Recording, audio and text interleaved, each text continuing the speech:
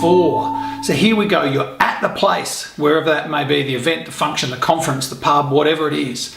Okay, and there's somebody that you're about to meet. Let me tell you what's going to happen next. In some way, shape or form, there's absolutely going to be a piece of interaction that in some way covers who you are and what are you doing here. Okay, or where do you work, maybe is the other link. Okay, you don't have to be Nostradamus to know that that's how a lot of conversations start. So if you're at all uncomfortable or awkward about meeting someone, anticipate how that conversation is likely to start based on where you are and have an answer prepared.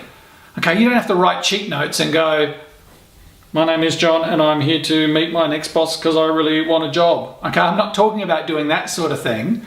I am just talking about having a few phrases or things that you might say. And by the way, I also don't mean tell your entire life story, right? But have a little entry point to the conversation.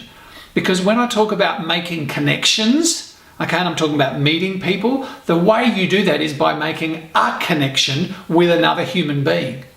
Okay, and the last thing you want to be is uncomfortable. Because if you're uncomfortable, uncomfortable people make other people feel uncomfortable, right? It's uncomfortable to be around uncomfortable people because then suddenly everyone's kind of nervously looking around and, they can't wait to get out of there. And I know that not everyone is extroverted and just busting to meet 1,000 new people, but you can manufacture a little bit of comfort in these environments and situations. So the first thing is know that that's going to be how the conversation will probably kick off. So know what you're going to say in return. Okay, that's actually not that difficult to do. The second thing is, how do I explain this? When you watch TV, there's certain things you can do to encourage conversation. So when you watch TV and someone interviews someone, good interviewers are taught ways to ask questions in certain ways where you can't just give a yes or no answer.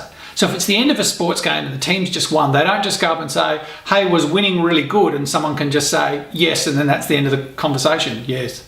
And then everyone kind of stares around uncomfortably for a little while. And it's the same in real life. Okay, you say, hey, how did you feel about winning that game? And people can't just say yes or no, and then that's the end. Okay, they got to say, oh yeah, it felt fantastic, it was great, it was unbelievable.